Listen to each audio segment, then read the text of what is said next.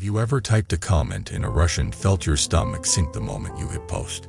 Have you ever watched an online pile-on unfold and wondered how something so small became so vicious so fast?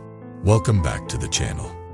Today we are talking about digital karma, the unseen momentum created by what we do online, what we consume, what we amplify, and what we become while staring into screens. Here are the two ideas we are going to hold tightly. First, the internet does not erase karma. It multiplies it, because our words travel farther, last longer, and shape more minds than we can see.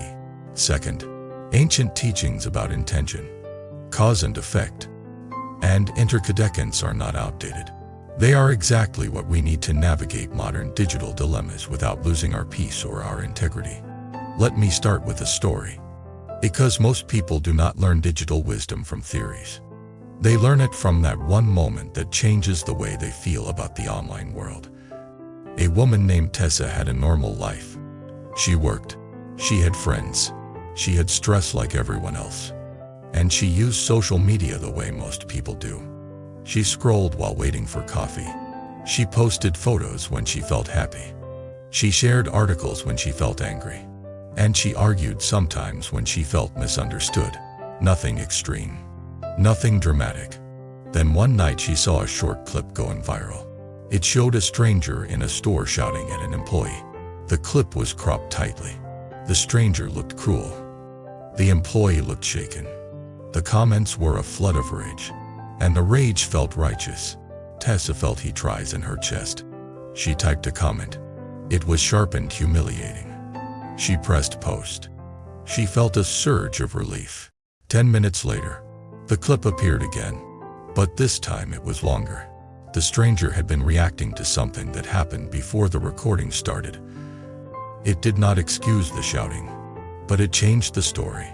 The stranger had just received terrible news on the phone, and the employee had accidentally said something that triggered a panic response. Again, not an excuse. But now the scene was human instead of cartoon villain. Tessa stared at her own comment. It was still there. Hundreds of people had liked it. Some had replied with even harsher words. She felt something shift inside her. Not just regret, something deeper. She felt like she had poured poison into a river and watched it spread. She tried to delete the comment. Screenshots had already been taken. People were reposting it. Others were tagging the stranger's name and workplace. Someone found the stranger's address. Someone threatened them. Someone threatened their family. Tessa told me later. I thought I was just venting. I did not realize I was joining a mob. This is the digital karma trap. In person, if you say something cruel, you see the face in front of you. You feel the room change. You see your own impact. You can speak into a void and feel protected by distance, speed, and anonymity. That protection is often an illusion. The instant nature of digital life makes it easy to act without awareness. A surge of emotion comes. A comment comes. A post comes. A share comes. And the mind calls it truth because it feels intense. But intensity is not truth. It is often just activation. Then there is the amplified reach. A harsh word in a private room might harm one person.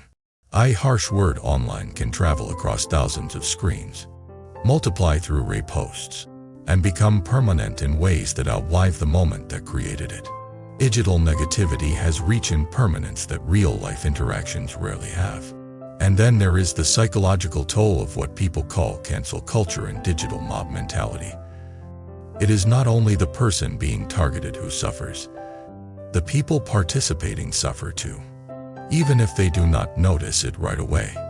When you train your mind to attack, mock, and dehumanize, your mind becomes a place where safety decreases. You might think you are protecting justice, but you are also building a nervous system that expects enemies everywhere. This is where ancient wisdom becomes medicine. Because the heart of Buddhist teaching is not about joining a religion. It is about understanding suffering and how to reduce it. And the internet is a suffering generator when we use it without awareness. Let us introduce 3 simple principles: intention, cause and effect, and interconnections. Intention is the state you act from, not what you claim. What is actually driving you? Are you posting to help or to win? Are you commenting to clarify or to dominate? Are you sharing to inform or to signal superiority? Are you replying to connect or to punish? Cause and effect is karma, not a cosmic judge, but momentum. What you plant grows. If you plant cruelty, you grow a cold mind. If you plant patience, you grow a patient mind. If you plant outrage constantly, you grow a nervous system addicted to outrage. If you plant compassion, you grow a heart that can stay human under pressure. Interconnections is the truth that nothing happens in isolation. Your comment affects someone. That person affects someone else. Your share shapes the atmosphere of a community. The atmosphere shapes how people treat each other in daily life. The online world leaks into the offline world all the time. So karma is not only what you do. Karma is what you become. And what you become shapes what you create. Now, some people hear karma and immediately think good and bad. They think karma is the universe rewarding kindness and punishing cruelty. That belief creates fear and superstition. A deeper understanding is simpler. Karma is cause and effect at the level of mind and action. If you act from hatred, your mind suffers more. If you act from greed, your mind is never satisfied. If you act from ignorance, you keep repeating patterns that hurt you. If you act from wisdom and compassion, your mind becomes clearer and your life becomes less tangled. In the digital world, this becomes obvious when you pay attention. If you spend an hour doom scrolling and arguing, notice your body afterward. Tight chest, fast thoughts, irritation, suspicion. You might call it being informed, but the body often reveals the truth. You are dysregulated. If you spend an hour learning something useful, supporting someone, reading something thoughtful, sharing something constructive, notice your body afterward. Often it is calmer, more open, more steady. That is karma too. Now let us talk about the idea of a spiritual ledger and the possibility of resetting. A ledger does not mean a judge. It means a record of momentum. Your mind carries momentum. Your habits carry momentum. Your feeds carry momentum. Your relationships carry momentum. If you have been feeding negativity for years, your mind will lean negative automatically. That does not make you evil. It makes you conditioned. Resetting does not mean erasing the past like it never happened. Resetting means changing the momentum starting now. The reset begins with one radical move that sounds small but changes everything. Pause before posting. That pause is not just politeness. It is the moment you step out of automatic behavior and into conscious choice. I want to show you what this looks like through another story. A man named Jamal was funny online. He had followers. He had a sharp tongue. People loved his sarcasm. He built identity through quick takes and clever insults. Every time he roasted someone, his numbers went up. He felt powerful. Then someone roasted him. It started with a misunderstanding. He posted a joke that landed badly. People read it as cruel rather than playful. A large account quoted him with outrage. Within hours, thousands of strangers were in his notifications calling him trash. His old content was being dug up. His personal information was being shared. People were messaging his workplace. Jamal felt panic. Then he felt rage. He wanted to fight back. He wanted to destroy them the way they were trying to destroy him. But he also felt something else. A mirror. He realized the mob was using the same energy he had used on others. Only now it was pointed at him. He realized he had been feeding a culture where humiliation was entertainment. And he was shocked by how little protection his talent gave him when the same culture turned. This was his karmic lesson. Not mystical. Practical. The causes he planted were returning as conditions he now had to live inside. Jamal did not fix it perfectly.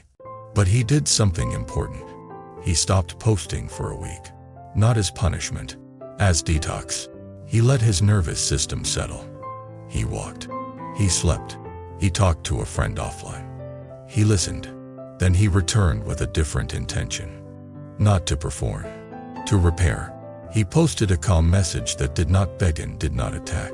He explained his intention. Acknowledged the impact. Apologized where it was appropriate. And set boundaries where it was necessary. Then he changed how he used the platform. He stopped dogpiling. He stopped posting strangers for laughs. He stopped chasing the dopamine of cruelty. His engagement dropped at first. That hurt. Because many digital addictions are really addictions to validation. But his peace increased. And over time, he attracted a different audience. Smaller but healthier. People who valued insight over humiliation.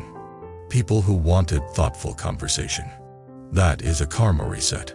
Not a magical cleansing. A shift in intention and action repeated over time. Now let us move into mindful engagement. Your digital dharma. A practice for how to live online with integrity. Mindful engagement begins with a simple question before you post. What am I trying to create? Not what am I trying to prove? Not who am I trying to defeat? What am I trying to create? If you are trying to create clarity, you write differently. If you are trying to create connection, you write differently. If you are trying to create safety, you write differently. If you are trying to create growth, you write differently. And if you are trying to create harm, you will feel it in the body. The tightness, the heat, the rush. The body is an early warning system. So when you feel that rush, that instant urge to clap back, treat that urge as a bell, not a command. Breathe once. Slow down the mind. Then choose. This is not moral perfection. This is self-mastery. Active patience online is a superpower. Because the digital world rewards speed. But wisdom requires space. Now let us talk about cultivating empathy in comments and discussions. Even with differing opinion. Empathy does not mean agreement. Empathy means remembering you are speaking to a human nervous system on the other side of the screen. A human with fears, wounds, hopes, and blind spots, just like you. When you remember that, your language changes. You can disagree firmly without dehumanizing. One simple practice is to imagine the person in front of you instead of as an avatar. Imagine their face if they were tired. Imagine their day. Imagine their family. This does not excuse harmful behavior. It prevents you from becoming harmful in your response. Another practice is to respond to the strongest version of their point instead of the weakest. The internet trains you to find the most ridiculous interpretation and attack it. That is cheap victory. A patient mind does better. It clarifies. It asks questions. It names assumptions. It stays respectful. If you cannot stay respectful, that is information.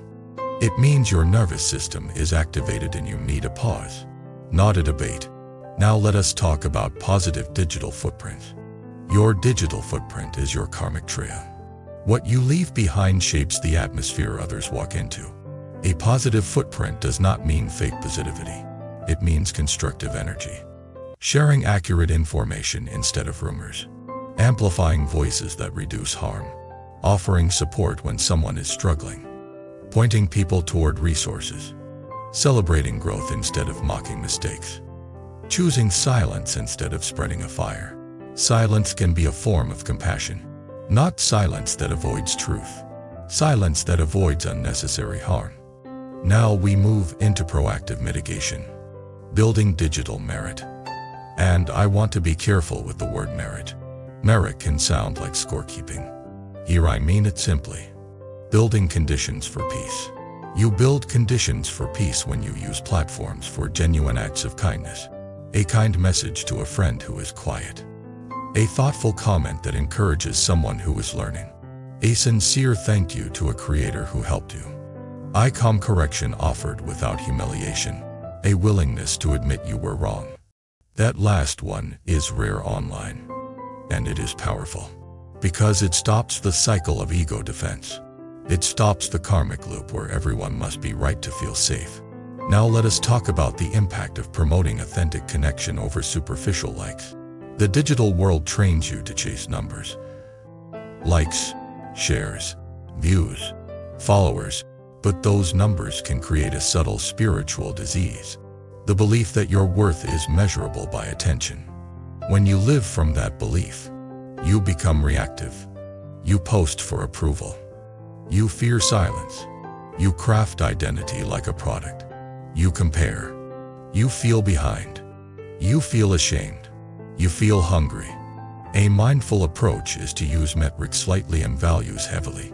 Use the tool without worshiping it. Ask yourself, did I speak with integrity? Did I reduce suffering? Did I plant kindness? Did I stay human? These are real measures of abundance. Now we arrive at transforming digital challenges into opportunities for personal growth. This is where the online world can become a monastery.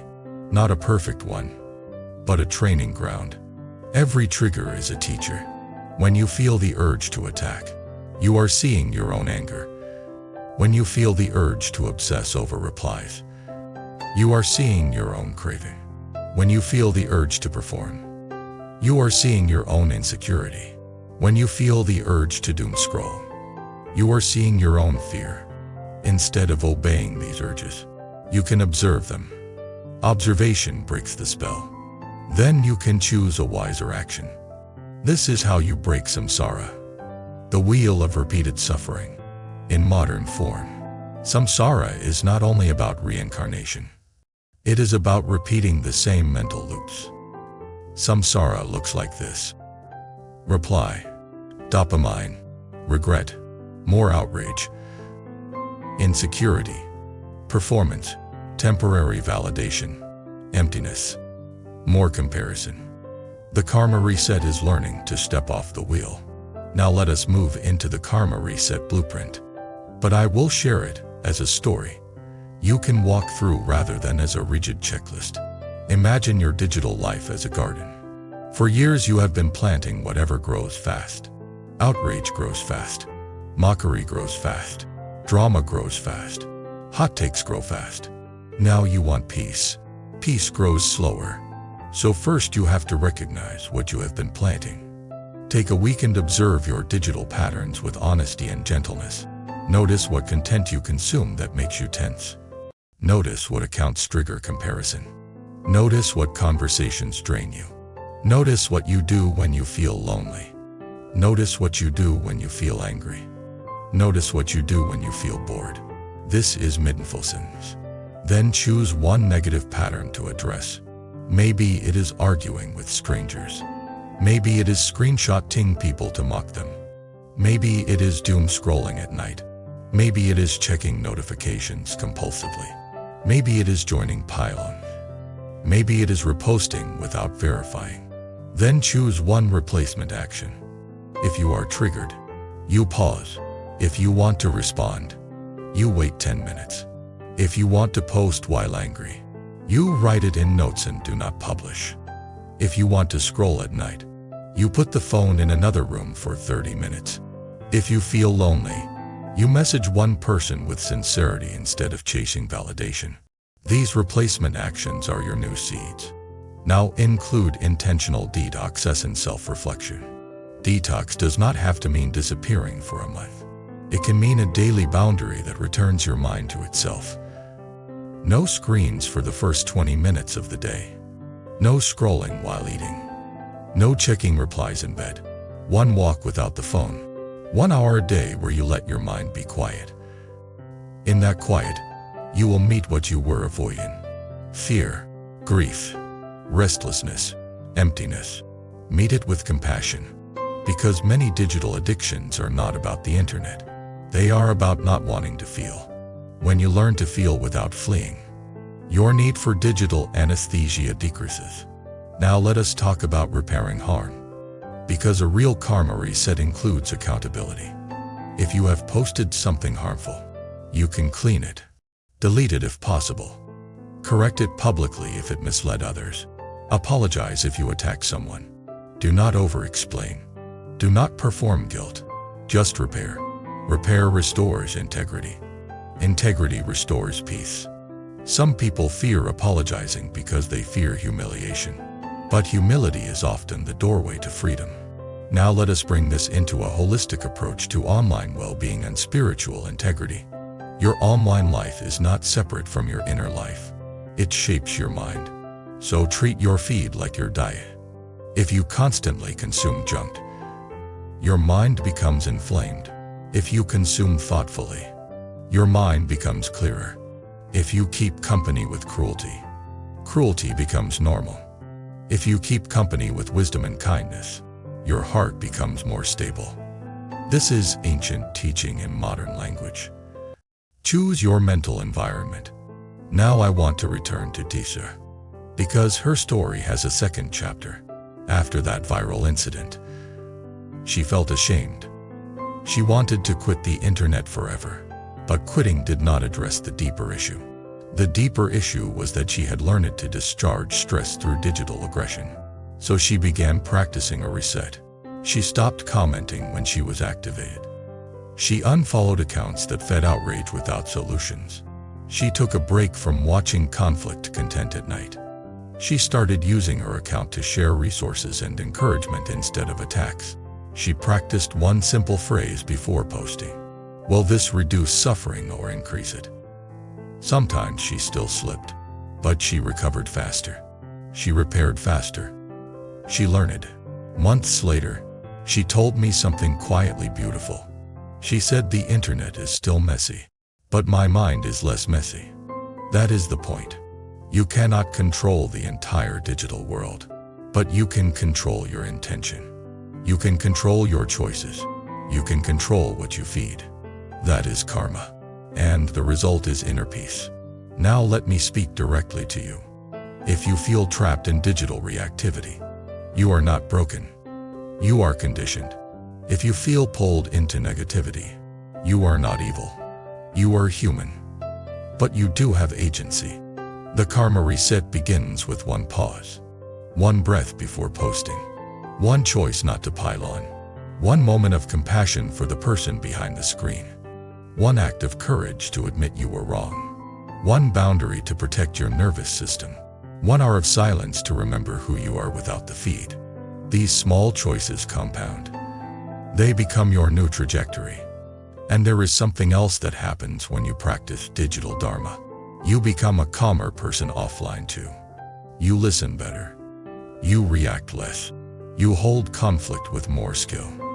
You stop chasing validation. You start valuing integrity more than approval. That is a richer life. Now I want to invite you into the conversation. In the comments, share one digital pattern you want to reset, and one small boundary you are willing to practice this week. Also share one time you saw kindness online that restored your faith in people. Because those stories matter and they spread the right kind of ripple. If you want more long-form teachings on karma, mindful sins, compassion, and living with peace in a chaotic world, subscribe to the channel, like the video, and leave a comment to support more episodes. If you want to go deeper and support the work, consider becoming a member. Ending words for you. Your phone is not just a device. It is a mirror. Every post is a seed. Every comment is a cause. Choose with awareness. Speak with compassion. And let your digital life become a path of liberation instead of a factory of suffering. Note this response cannot reach the requested target length in a single message due to platform output limits. Every person carries a certain energy. Your focus, your dreams, your purpose. Bracelet is a physical reminder of that energy. Symbol you wear daily. That pushes you to stay grounded, balanced, and aligned. If one of the bracelets caught your eye, you can order it through the link in the description. And check more powerful styles on our homepage store. Choose the one that strengthens your journey.